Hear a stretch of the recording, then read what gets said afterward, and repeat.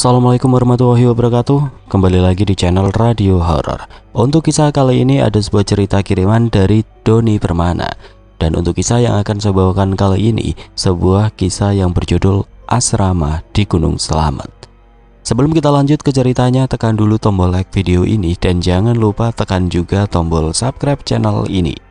Nyalakan juga lonceng notifikasinya agar tidak ketinggalan cerita-cerita lainnya dari channel ini.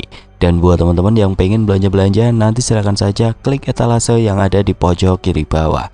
Atau teman-teman bisa kunjungi link pembelian yang ada di kolom deskripsi. Dan seperti apa untuk kisah kali ini, langsung saja kita masuk ke ceritanya.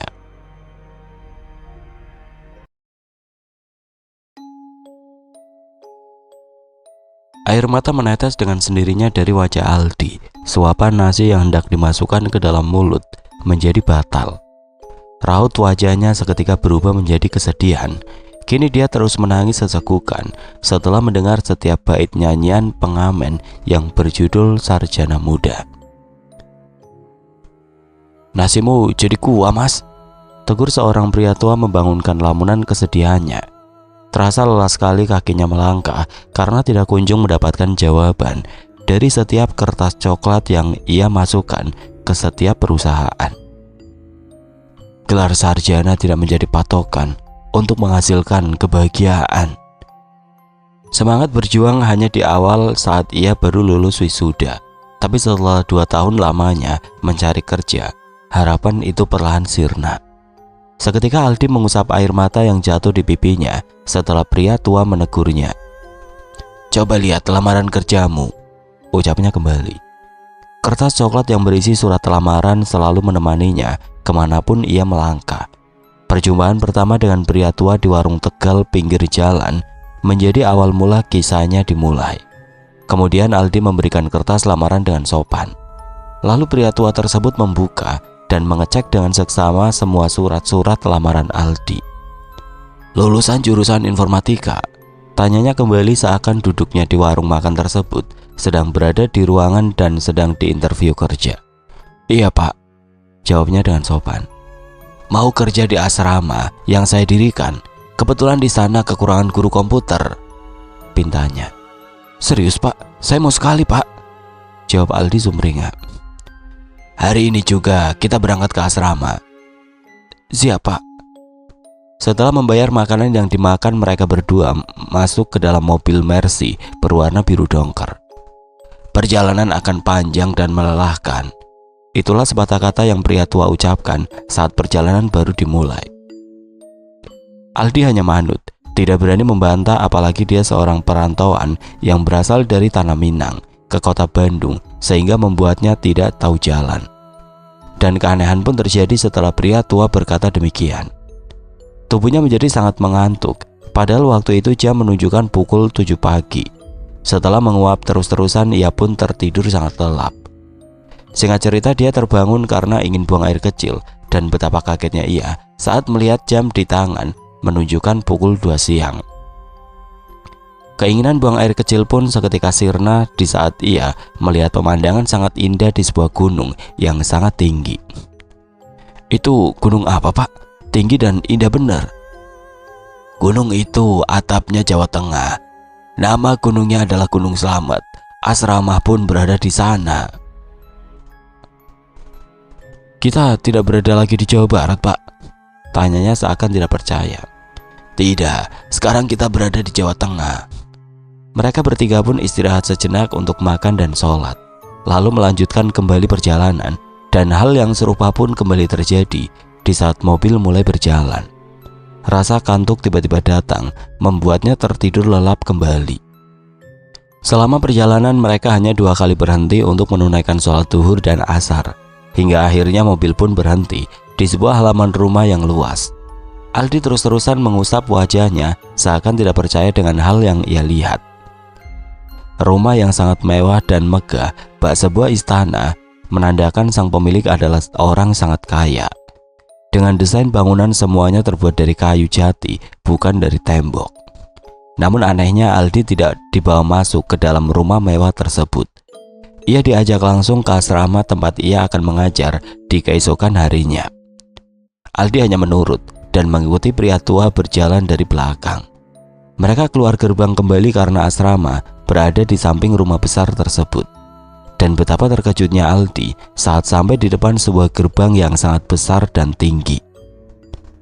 Dua satpam langsung membuka gerbang setelah melihat kedatangan mereka berdua. Aldi terpaku saat gerbang terbuka lebar. Halaman taman begitu luas dan sangat indah karena ditanami berbagai macam bunga dan pepohonan. 6 gedung tingkat berdiri kokoh dan sebuah masjid sangat besar dan indah. Dan semua bangunannya terbuat dari kayu jati.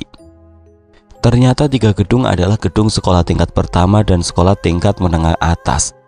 Sedangkan 3 gedung laginya adalah tempat tidur para siswa dan para pengajarnya.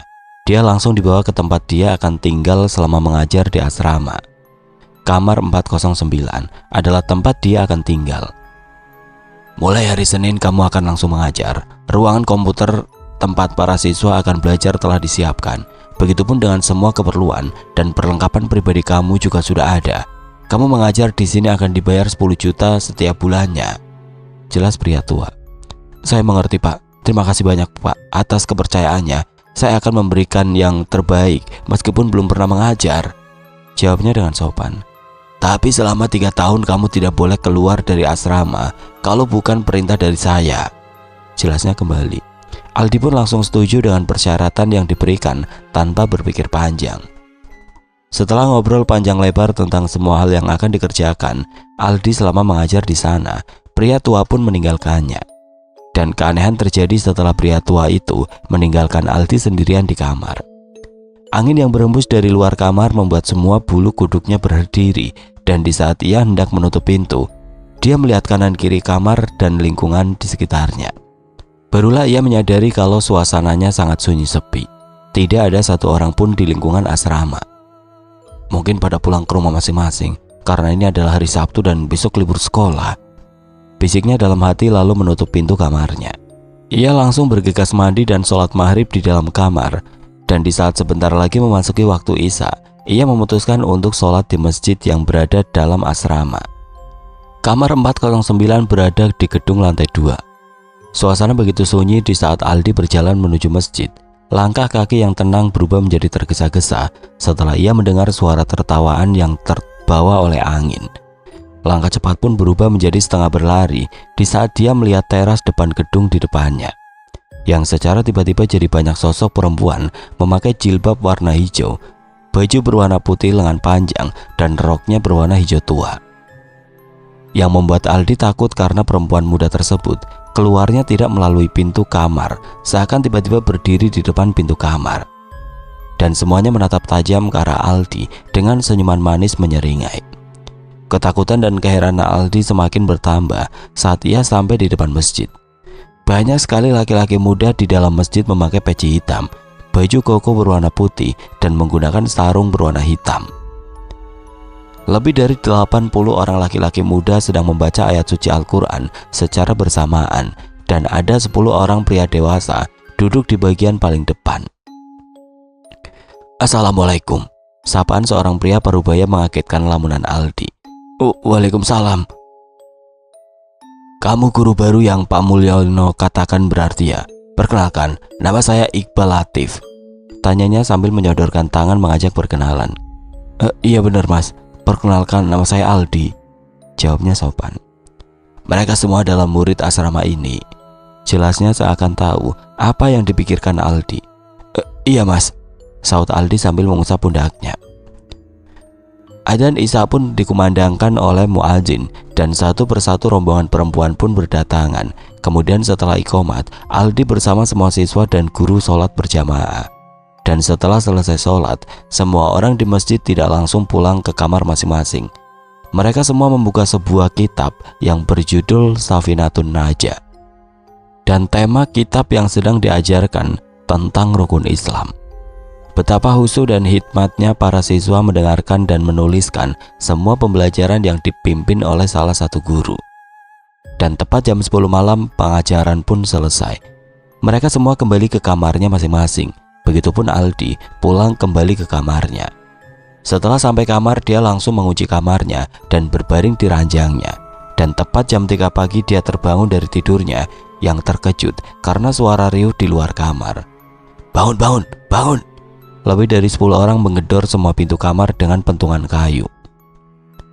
Dan semua penghuni kamar pun keluar. "Ada apa ya, Mas?" tanya Aldi kepada tetangga samping kamarnya. "Sekarang waktunya sholat tahajud, Mas, dan dilanjutkan membaca Al-Quran sampai subuh." Yang ternyata tetangga di samping kamarnya adalah Iqbal. "Ayo kita ke masjid kembali," ajaknya sambil berlalu pergi. Meskipun masih mengantuk, dengan terpaksa Aldi mengikuti kegiatan yang dilaksanakan dalam asrama. Dan benar saja dari jam 3 pagi sampai matahari terbit, kegiatan seluruh siswa berada di dalam masjid. Tepat jam 6 pagi kegiatan selesai, Aldi diajak Iqbal untuk ke kantin karena kini waktunya makan. Dari pagi hingga petang tidak ada kegiatan selain waktu zuhur dan asar yang diwajibkan untuk sholat berjamaah. Kegiatan ada lagi setelah sholat maghrib, semua siswa membaca Al-Quran sampai Isya, dan setelah sholat Isya dilanjut pengajian kitab sampai jam 10 malam. Dan tepat jam 3 pagi dibangunkan kembali untuk sholat tahajud dan membaca Al-Quran. Namun ada juga yang menghafal dan membaca buku pelajaran hingga matahari terbit. Setelah sarapan semuanya kembali ke kamar untuk bersiap belajar di kelas masing-masing. Senin itu adalah hari pertama Aldi mengajar. Setelah upacara pengibaran bendera selesai, Aldi menghadap Pak Mulyono kembali untuk mendapat kejelasan lebih lanjut. Ia mengajar di asramanya. Aldi ditempatkan di ruangan komputer. Semua siswa SMP kelas 1, 2, dan 3 akan datang secara bergantian ke ruangan tersebut setiap harinya. Kini Aldi telah menjadi guru TIK di asrama tersebut. Kegiatan Aldi bersama guru dan para siswa hanya belajar dan mengaji. Singkat cerita, hari pun berganti dan bulan pun berganti bulan. Tidak ada keluhan dalam dirinya selama mengajar di sana. Hingga di suatu hari saat Aldi sudah 1 tahun mengajar di sana, dia diajak Pak Iqbal untuk mendaki Gunung Slamet. Dan setelah izin diberikan oleh Pak Mulyono, Iqbal, Aldi, Ismawati, dan Arif berangkat setelah semua perlengkapan lengkap. Itu adalah kali pertama Aldi keluar gerbang asrama setelah 1 tahun lamanya. Betapa terkejutnya ia saat gerbang dibuka. Bukannya sebuah jalan dan perkampungan yang berada di luar gerbang seperti kali pertama ia datang. Dia berada di tengah-tengah hutan belantara. "Kenapa melamun?" tanya Ismawati. Di mana jalan dan rumah penduduk?" tanya Aldi sambil melihat sekeliling.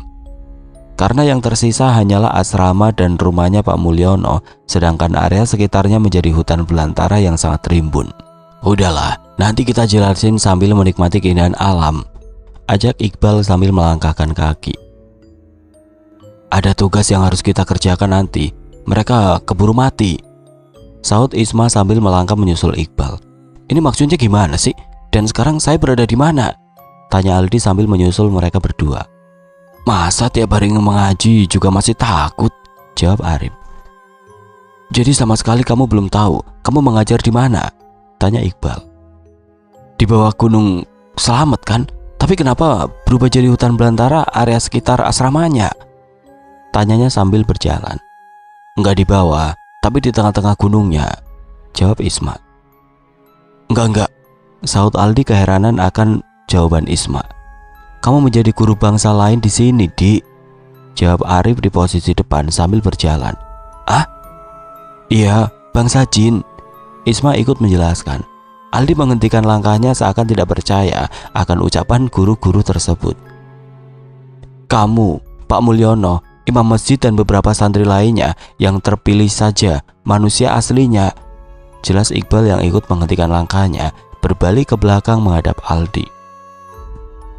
"Jadi kalian bertiga juga bukan manusia?" tanya Aldi sambil menelan ludahnya seakan tidak percaya akan apa yang diucapkan Iqbal. "Awalnya manusia, namun kini telah menyatu dengan gunung ini," jelas Isma sambil tersenyum. "Selesaikan kontrakmu, semua akan baik-baik saja meskipun kamu mengajar di dimensi lain," jawab Iqbal sambil melanjutkan perjalanan. "Tapi," ujar Aldi penuh dengan tanda tanya. "Percayalah, semua akan baik-baik saja," sahut Sarif kembali. Singkat cerita, tepat jam 10 pagi mereka berempat sampai di bawah air terjun yang cukup tinggi. Arif, Isma, dan Aldi memandang ke atas air terjun tersebut seakan mencari jalan untuk bisa menaikinya.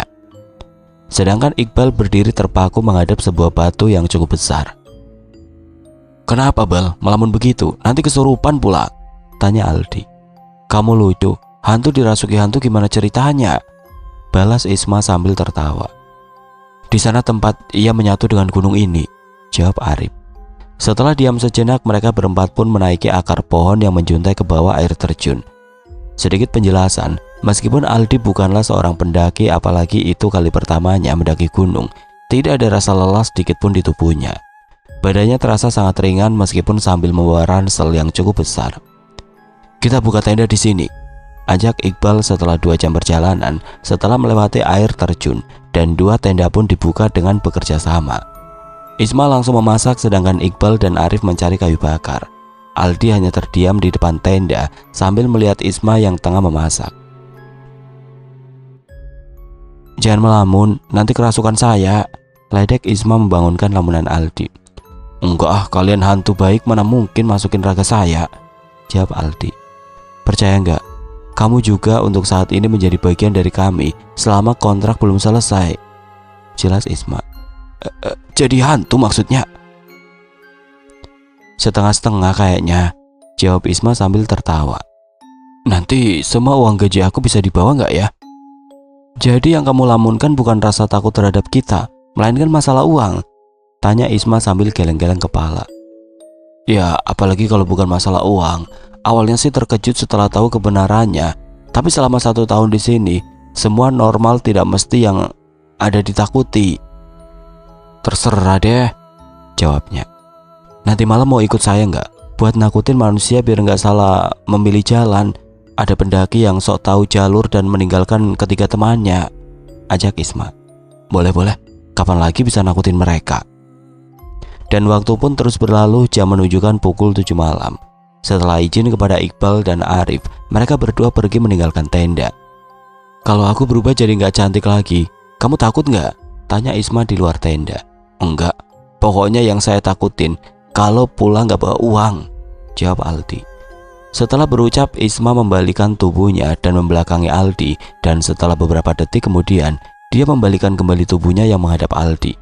"Ya Allah, wajahmu jelek banget, Is. Jadi gak cantik lagi." Bukannya takut, Aldi malah berucap demikian setelah melihat wajah baru Isma.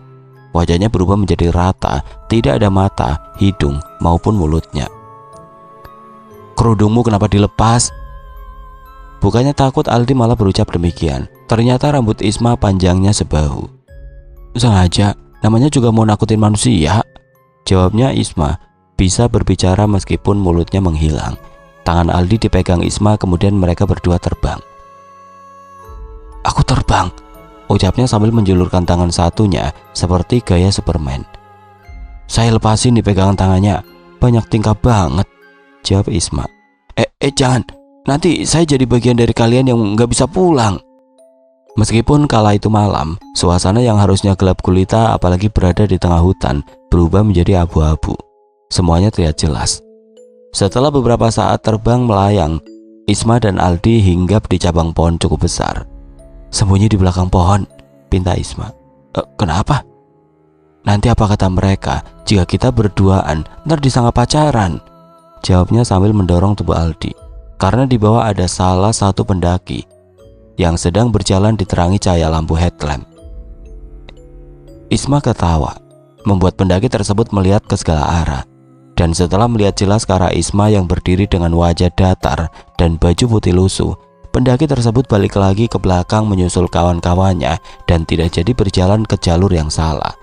Karena saat itu pendaki tersebut sedang berdiri, tengah memikirkan jalur mana yang harus dipilih. "Kenapa harus ditakutin? Kan kasihan," tanya Aldi. Tidak jauh di jalur yang akan dia pilih adalah jurang yang sangat dalam, dan jalur baru pun terbuat bukan karena manusia maupun bangsa jin, melainkan karena rombongan Bagas yang lari ketakutan karena sedang dikejar hewan pemangsa. "Niatmu baik, tapi tetap saja jadi jelek di mata mereka," jawab Aldi. "Bodoh amat," sahut Isma sambil memegang tangan Aldi dan membawa terbang kembali ke tenda. Singkat cerita, sampailah mereka berdua ke tenda kembali, dan mereka pun istirahat. Tepat jam 3 pagi Aldi dibangunkan Iqbal untuk melihat lautan awan di atas ketinggian. Yang ternyata Isma dan Arif telah bangun dan siap berangkat. Kemudian mereka berdua pun berangkat menuju puncak Slamet untuk melihat keindahan lautan awan. Namun hal mengejutkan mengagetkan Aldi setelah Arif berucap, "Di sana kita akan menjumpai banyak pendaki, namun mereka tidak bisa melihat kita," jelasnya sambil berjalan. "Sebenarnya saya sudah menjadi hantu bukan sih?" tanyanya sambil mengusap pundak. "Belum, Di, kamu masih manusia. Tapi jika kamu ingin kembali sebelum kontrak selesai, kamu akan menjadi bagian dari kita," jelas Iqbal. "Dan uangmu akan jadi sia-sia," ledek Isma. Dan mereka berempat pun tertawa. Hingga akhirnya mereka berempat sampai di pos pelawangan. Di sana Aldi bertemu dengan 4 orang pendaki. 3 pendaki sedang asik mengambil gambar, sedangkan 1 orang pendaki memutuskan untuk jalan duluan. "Bukannya dia orang yang semalam?" ucap Aldi. "Iya, dia manusia egois semalam," jawab Isma sedikit kesal. "Biarlah pilihan berada di tangannya," jawab Arif sambil menyusul pendaki tersebut yang tengah berdiri kebingungan di jalur kerikil meninggalkan mereka bertiga. "Maksudnya? Antara jadi menjadi bagian dari kita atau masih jadi manusia," jelas Isma. Iqbal hanya menggelengkan kepala mendengar jawaban Isma. Kala itu jam kurang lebih pukul 6 pagi, semuanya telah terlihat jelas tidak menjadi warna abu-abu. Aldi bisa melihat Arif yang menyusul pendaki yang berjalan meninggalkan ketiga kawannya. Pendaki tersebut tengah berdiri di pertigaan jalur. Arif menyenggol pendaki tersebut dan membuatnya mengikuti jalur yang dipilih Arif. Yang ternyata jalur tersebut adalah jurang. Tapi di saat pendaki tersebut semakin mendekati jurang, Iqbal memegang perut salah satu pendaki rombongannya, membuat pendaki tersebut kesakitan. "Tur, kamu mau kemana? Ini si Iqbal kumat lagi," teriak teman rombongannya, membuat pendaki tersebut mencari jalan keluar untuk segera kembali ke pos pelawangan. "Yah, gak jadi deh, dia menjadi bagian dari kitanya. Kalau dia terus ikutin si Arif dan jatuh ke dalam jurang, kesel saya sama pendaki egois," ucap Isma. Udah, tujuan kita buat menyelamatkan mereka," jawab Iqbal. Singkat cerita, Arif maupun pendaki tersebut kembali ke pos pelawangan.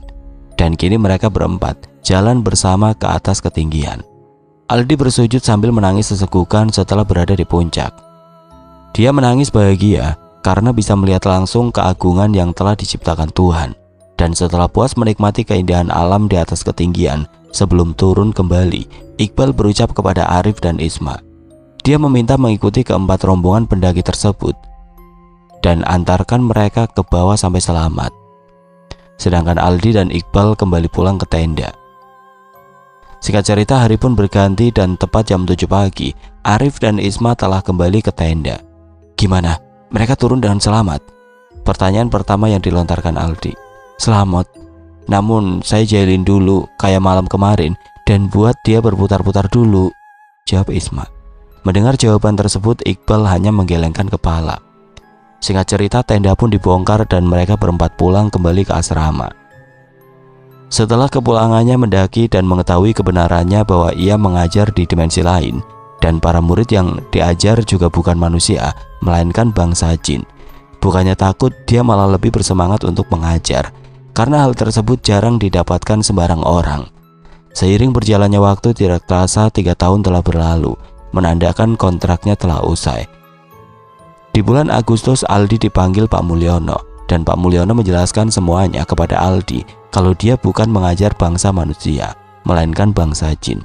Setelah berpamitan kepada para siswa dan para guru, terutama kepada keempat sahabat baiknya, yaitu Isma, Iqbal, dan Arif, dia pun pulang diantarkan kembali ke Bandung, tempat awal mereka bertemu oleh Pak Mulyono. "Uang nggak hilang kan, Di?" ucap Isma saat berpamitan. "Enggak dong," jawab Aldi. "Jangan lupakan kita," ucap Arif sambil memeluk tubuh Aldi. "Hal yang tidak bisa dilupakan seumur hidupku," jawab Aldi. "Teruslah berbuat baik," ucap Iqbal sambil memeluk tubuh Aldi. "Insya Allah, Bal." Dengan berat hati, Aldi meninggalkan asrama dan teman baiknya. Karena hiburan saat mengajar di sana adalah mendaki gunung untuk membantu orang yang tersesat, dan kebanyakan pendaki yang ditolong selamat. Walaupun ada beberapa orang yang tidak bisa diselamatkan, namun mereka tidak menjadi bagian dari bangsa mereka, seperti halnya Iqbal, Arif, dan Isma. Cerita ini terjadi di tahun 2017 sampai tahun 2020. Aldi mengajar bangsa jin di Gunung Slamet, dan cerita ini didapatkan penulis beberapa hari yang lalu di kota Batam saat kuliner makanan malam di Golden Prawn, tempat jajanannya orang Batam di tahun 2025. Percaya tidaknya akan kisah yang dialami Aldi, saya tidak memaksa untuk percaya dan lebih suka dianggap dongeng sebelum tidur.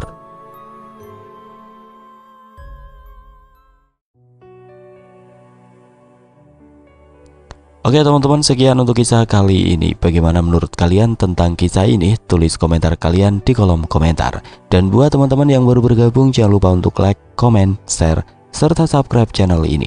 Dan nantikan kisah-kisah horor berikutnya tetap di channel Radio Horor. Wassalamualaikum warahmatullahi wabarakatuh.